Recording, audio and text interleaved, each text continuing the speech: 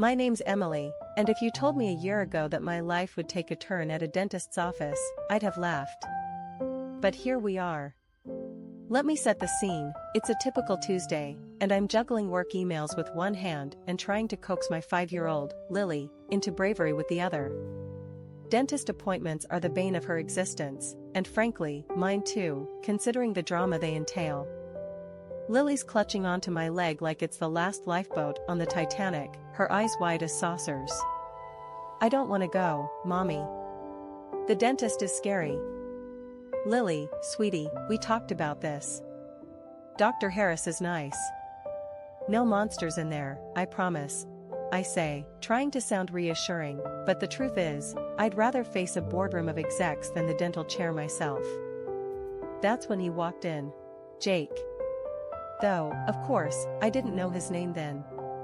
He looked like he just stepped out of a GQ magazine, casual, but somehow still sharp. I noticed him giving us a curious glance before he disappeared behind the receptionist's desk. Moments later, as I'm still negotiating with Lily, he reappears, squats down to Lily's level, and starts making these goofy faces. Lily, predictably, starts giggling, forgetting her fears for a moment. See, little lady, there's nothing to be afraid of. I've been coming here since I was your age. The worst part? The chair makes you feel like an astronaut. Pretty cool, right? Lily nods, now more intrigued than terrified. Are you an astronaut? She asks, eyes wide with wonder. Nah, I'm more of a spaceship engineer. He winks at her, then looks up at me. Name's Jake. Seems like we're in for the same adventure today. I smile, relieved and grateful. I'm Emily, and this brave explorer is Lily. Thanks for the assist, Jake. I was about to run out of negotiation tactics. He laughs, a sound that's easy and genuine. No worries. I have a niece about her age. Learned all my tricks from her. The rest of the visit somehow goes smoothly. Lily, now slightly enamored with the idea of being an astronaut, marches into the dentist's office with a bit less trepidation. I'm left in the waiting room, thoughts drifting to the unexpected helper who just made my day significantly easier. After the appointment, as I'm strapping Lily into her car seat, Jake walks out to the parking lot. Hey, Emily, right? Look, this might be forward, but I was wondering if you'd like to grab coffee sometime. I'm taken aback, not just by the offer, but by the fact that I find myself considering it. It's been ages since I've even thought about dating. Between work and Lily, my plate's more than full. But something about Jake's straightforwardness, the ease of our brief interaction, prompts me to say, yeah, I'd like that. Coffee sounds great. He grins, and it's like the sun breaking through clouds. Fantastic. Let me give you my number. How about Saturday? As we exchange numbers, I can't help but think how life throws you curveballs. Here I was, dreading a dentist appointment, and now I'm making plans for coffee with a guy who could charm the fear out of a kid facing her nemesis. The day of the coffee meet, I find myself more nervous than I care to admit. It's just coffee, I keep telling myself. But it feels like a lot more than that. It feels like the beginning of something new, and I'm not entirely sure I'm ready for it. After that unexpected coffee date with Jake, things just kind of snowballed. It wasn't just the kind of romance you read about in cheesy novels or see in rom-coms. It was real, it was messy, and it was absolutely perfect in its own chaotic way. Jake and I started seeing each other more frequently. Between my web design gigs and his job at an engineering firm, we somehow managed to carve out time for each other. And Lily? She was over the moon with Jake around. He had this way of making her laugh, teaching her silly jokes and riddles, turning every hangout into an adventure. One evening, we were all at my place for dinner. I had attempted to make lasagna, which ended up more like a cheesy soup, but we were having a blast anyway. Jake, with a mock-serious tone, looked at me across the table.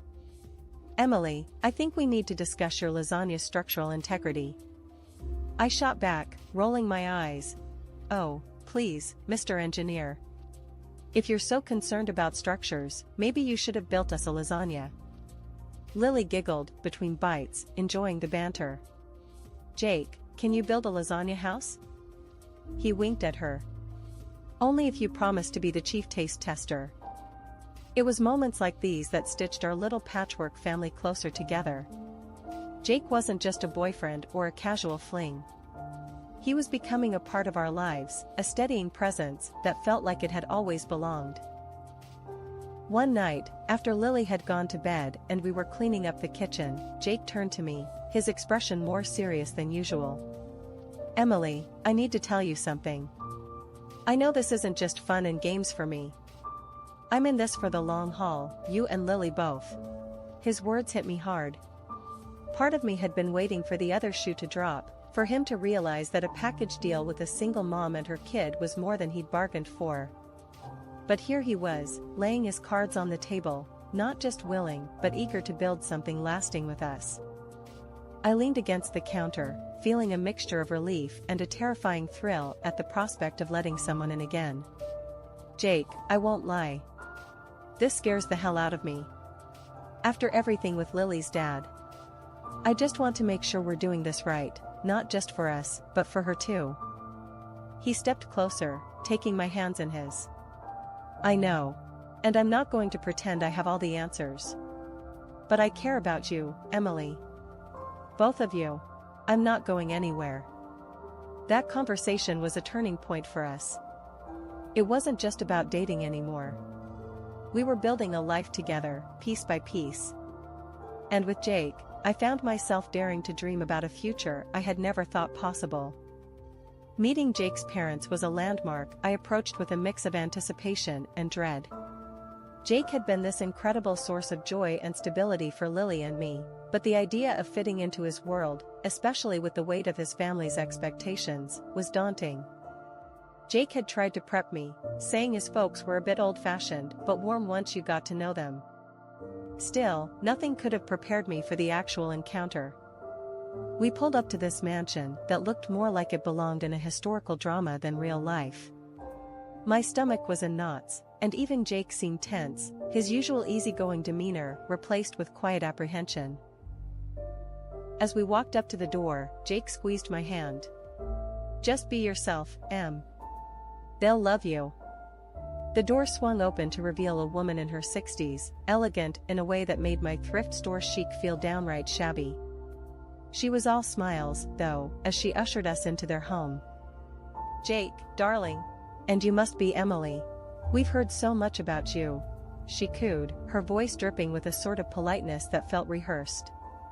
Jake's dad was a stern-looking guy, with a handshake that felt like it was evaluating my worth. The small talk was painfully stiff, with questions about my job and upbringing feeling more like an interrogation than getting to know you chatter. Dinner was a spread that could have fed an army, with conversation that was equally overwhelming. Jake's mom, Diane, was particularly interested in my background. So, Emily, Jake tells us you're a web designer? That's interesting. And you're raising Lily on your own? How commendable. Her tone made it clear that interesting was placeholders for odd and unfortunate. I was trying to keep my cool, focusing on my plate more than anything. But then came the bombshell. When the topic of Lily came up, Diane's facade slipped entirely. A child already, and from a previous situation. Jake, darling, we need to think about the lineage, don't we? Jake choked on his drink, coughing as he tried to regain composure. Mom, what the hell? That's way out of line. I was shell-shocked, my fork suspended in midair. Lineage? I'm sorry, I didn't realize we were living in medieval times. Diane's lips pursed into a thin line, her eyes cold. I only mean that Jake has responsibilities, a legacy to uphold. It's not personal, dear. You must understand, bringing in someone else's child, it's complicated. Jake's dad, silent until now, finally chimed in with a gruff, Diane, perhaps you've said enough. But the damage was done. I couldn't sit there, being dissected and judged for things beyond my control. My past wasn't up for debate. I stood up, my chair scraping loudly against the floor. I think it's best if we leave. Jake was right behind me, murmuring apologies as we made our exit. The car ride home was silent for a while until Jake broke it, his voice tight with anger. "I'm so sorry, Em. I had no idea she'd go off like that. My mom can be traditional, but this was too much." I was staring out the window, trying to process the evening. "Jake, it's not about being traditional. It's about respect. I get that your family has expectations, but I won't let myself or Lily be treated like second-class citizens." Jake reached over, taking my hand. "I know, and I'm with you on this. They crossed a line tonight. I love you, Em. And Lily. That's my family. Whatever it takes, we'll get through this." His words were a small comfort, but the sting of rejection was sharp. I had faced judgment before, as a single mom, as someone who didn't follow the traditional path, but this felt different. It was one thing to defend myself against the world, quite another to have to do it against what could have been my future family. After the dinner fiasco with Jake's parents, things got a bit rocky. Jake and I had more than a few discussions, debates really, about what this all meant for us. But at the core, our commitment to each other and to building a life together didn't waver. We were in this together, come what may. Jake started spending more time at our place, practically moving in bit by bit, though he never officially said so. It was in the little things, a drawer filled with his clothes, a toothbrush next to mine, his favorite coffee blend in the pantry. Lily was thrilled. To her, Jake moving in was the best thing since sliced bread. One lazy Saturday morning, we were all in the kitchen, Jake attempting pancakes, Lily on stir duty, and me, well, I was the designated taste tester. "Mommy, look. Jake's making the pancakes blue," Lily announced, her eyes wide with excitement as she watched the batter turn a vibrant shade. Jake shot me a grin over Lily's head. "Blue pancakes, because why not? Gotta keep life interesting." I laughed, leaning against the counter. "Interesting is one word for it. How about unconventional? Or bizarre?" "Hey, bizarre is just interesting with a twist," Jake retorted, flipping a pancake with a flourish. "Besides, Lily's the boss of pancake colors." "Right, kiddo?" Lily nodded vigorously, her face serious. "Yep, and next we're making green ones." Our mornings turned into these pockets of domestic bliss, filled with laughter and the scent of maple syrup. It was during one of these mornings that Jake brought up the idea of him moving in officially. "Em, I've been thinking," Jake started, his tone a bit more serious as he sat at the kitchen table, nursing a cup of coffee. "This back and forth between our places, it's silly. I'm here all the time anyway. What do you say we make it official?" I paused, the mug halfway to my lips. It was a big step, one I hadn't anticipated taking so soon, if at all. "Jake, are you sure? I mean, after everything with your parents." He reached across the table, covering my hand with his. "Em, my parents, that's on them. This is about us, about what we want. And I want this, I want to be here, with you and Lily. Full time. If you'll have me." Looking into his eyes, I saw the sincerity, the love. It was a leap of faith, but wasn't that what love was all about? "Yes, Jake, I'll have you. We'll have you." Lily, overhearing part of our conversation, chimed in. "Does this mean Jake is gonna be here every morning for pancakes?" Jake laughed, scooping her up into his arms. "Every morning, pancakes with the boss. That's a promise." And just like that, we began a new chapter.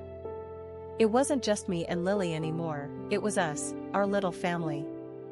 We faced challenges, of course. Integrating our lives, our routines, it took patience and a lot of communication. But every step, every compromise, brought us closer. Jake being there meant more than just an extra pair of hands or a partner in pancake making. It was having someone to share the burdens, the joys, and everything in between. It was Lily's laughter echoing through the house more frequently, it was the warmth of a hug after a long day, it was the feeling of completeness. We had our moments of doubt, of wondering if we were moving too fast, if this was the right thing. But at the end of each day, as we sat together, a mismatched but perfect family, all those doubts faded away. We were building something beautiful, something strong. Life was almost too good to be true. Jake and I were in this bubble of happiness, especially after finding out about the baby. He was over the moon about it, said he'd always dreamed of having a kid with me. We were planning our wedding, and I was juggling a whirlwind of emotions, mostly excitement and a bit of anxiety about our growing family. Then, one day, Jake tells me he's got to dash off for some urgent family stuff in another city. Said he might be out of touch, but would ring me as soon as he could. I was a bit uneasy, but I wished him luck and told him to come back to us soon. Not long after, I get this call. It's Diane, Jake's mom, and the ice in her voice could freeze fire. She tells me, just like that, Jake's gone. Plane crash. And then she has the nerve to tell me to never call them again. Like we're some sort of inconvenience she can just brush off. My world stopped. I couldn't breathe, couldn't think. I scrambled through news feeds, searching for any scrap of information, but there was nothing. Not a word about any crash. Desperate for some answers, any answers, I decided to hunt down Jake's dad. I knew he sometimes hung around the dental clinic they owned, so I went there, heart pounding and mind racing. The place was busy, and I caught word that he was tied up with some big reception. I left a message with the receptionist, practically begged her to make sure he got it, and then I bolted to Jake's parents' house. I must have rung that doorbell 100 times, but no answer. It was like the world had decided to erase Jake, and I was the only one who remembered he existed. I slumped back to my car, parked outside their gate, feeling more alone than I ever had. Sat there, staring off into nothing, lost. What do you do when your whole future, the love of your life, is ripped away with a phone call? And from her, of all people. Diane never did warm up to me or the idea of us, but to lie about something like this? It was cruel, unimaginable. I didn't know where to turn. The police? Would they even take me seriously? My mind was a whirlwind of panic and despair. And underneath it all, a burning anger. If Jake was out there, somehow, I had to find him. For me, for our baby, for the life we'd dreamed of together. I decided to head back to the clinic, thinking maybe, just maybe, I'd missed something, some clue that could tell me where Jake was, or if he was really. But my head was everywhere. Tears blurred my vision as I drove, mixing with the rain pelting the windshield. Everything was a haze. I kept wiping my eyes, trying to focus on the road, but all I could see was Jake's face, hear his voice, feel his absence like a physical ache. That's when it happened. The light turned red, but I didn't see it. Didn't see much of anything until it was too late. The screech of brakes, the sickening crunch of metal, and then darkness. Waking up in the hospital was like emerging from a nightmare into another. My body hurt everywhere, but it was nothing compared to the panic clawing at my insides. My mom was there, holding my hand, her face a mask of worry and relief. "Mom," I croaked, my throat dry and my voice barely a whisper. "Jake, what happened to Jake?" "Shoo, baby, you're okay, you're alive. That's what matters. And the baby's okay, too," she said, trying to smile, but I could see the tears in her eyes. I tried to process her words. Alive. The baby was okay. But Jake. Jake, Mom. Where's Jake? I need. She brushed my hair back from my forehead, a soothing gesture from my childhood. "Honey, we don't know yet. I've been calling, but his phone's off." Hearing that, a wave of despair washed over me, pulling me under. I couldn't lose Jake. Not now, not after everything we'd dreamed of, everything we'd planned. Our family.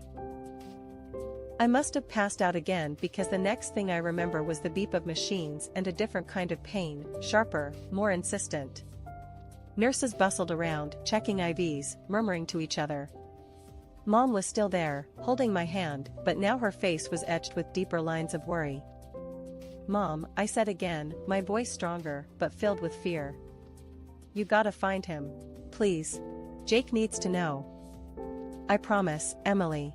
I'll do everything I can. We'll find Jake. We'll bring him home to you and the baby, she vowed, a fierce determination in her eyes. As pain and drugs dragged me back into unconsciousness, her promise was the lifeline I clung to. Jake had to come back to us.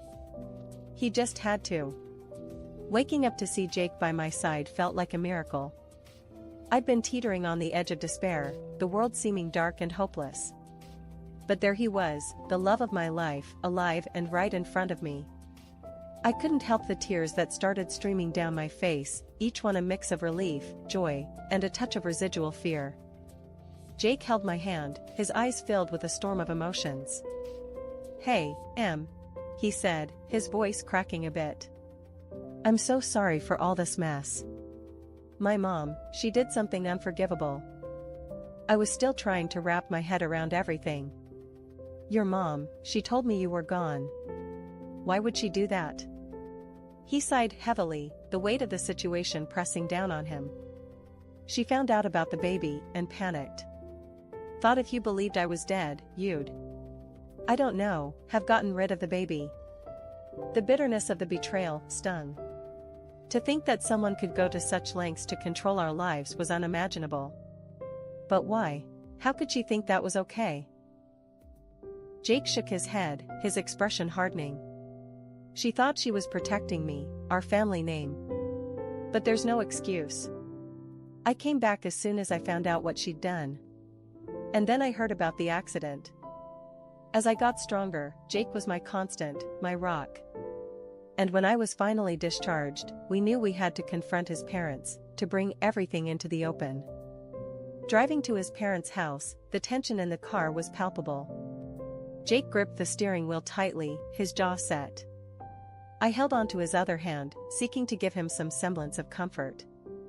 When we arrived, his mother's face was a picture of fear and guilt. Jake didn't waste any time. Dad, we need to talk. It's about Mom and what she's done. His father, a stern man who always seemed unshakable, listened in disbelief as Jake laid everything out. The lies about his death, the manipulation, the accident that nearly took my life and our child's. His mother sat there, a shadow of herself, as Jake's words washed over her. When Jake finished, the silence was deafening. His father finally spoke, his voice low but filled with a fury I'd never seen from him before. You did this? You risked our son's happiness, Emily's life, for what? Your pride? She didn't answer, just sat there, sobbing quietly into her hands. It was clear she had realized the magnitude of her actions, but too late. Jake's dad turned to her, his decision firm. You need to leave. I can't look at you, knowing what you've done. You tried to destroy our family from the inside. I won't have it. After everything we'd been through, the wedding felt like a breath of fresh air, a start to something new and beautiful. Jake and I decided on a small ceremony. It wasn't about the flash or the numbers, it was about us, our love, and the family we were building. Standing there, exchanging vows with Jake, my heart was so full it felt like it might burst. I was a few months along by then, my belly proudly carrying our future as I wore a simple yet stunning dress that flowed gently over my curves. Jake looked at me with so much love and admiration, it made every past hurt fade away. I love you more than I can say, Em. You, Lily, and our little guy on the way, he whispered, so only I could hear, his hand briefly touching my belly. We're a team now, a family. His words were a soothing balm, healing old wounds.